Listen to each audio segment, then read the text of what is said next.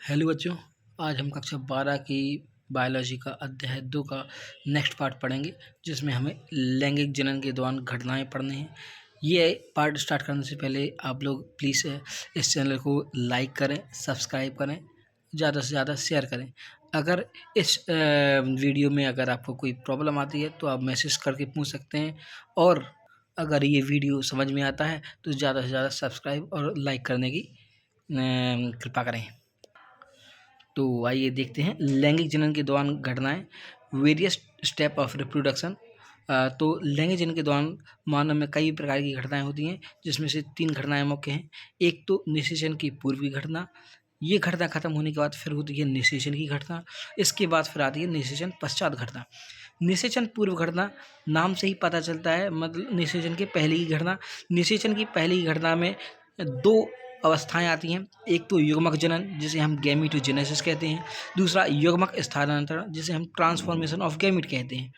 अब युग्मक जनन मतलब कि गैमीटोजेनेसिस, इसको हम सीधा सीधा बोल सकते हैं, युग्मक बनने की क्रिया को युग्मक जनन कहते हैं। युग्मक जनन 2 प्रकार की होते हैं। एक तो स्पर्मेटोजेनेसिस मतलब शुक्र जनन, दूसरा होता है oogenesis मतलब कि अंड जनन या अंडाणु जनन। स्पर्मेटोजेनेसिस देखें तो स्पर्मेटोजेनेसिस की प्रोसेस मानव के टेस्टिस में होती है, और ये प्रोसेस जीवन पर्यंत चलती रहती है।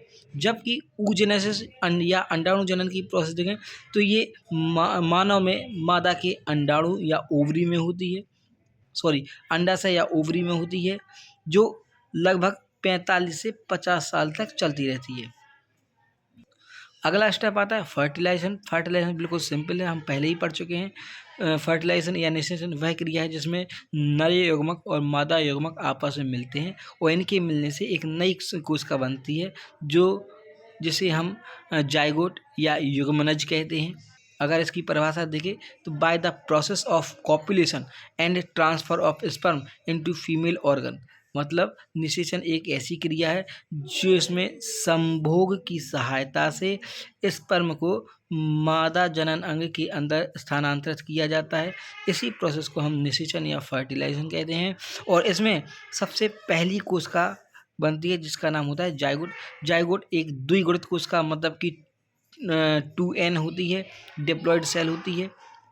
तीसरा पार्ट होता है निषेचन की पश्च घटना।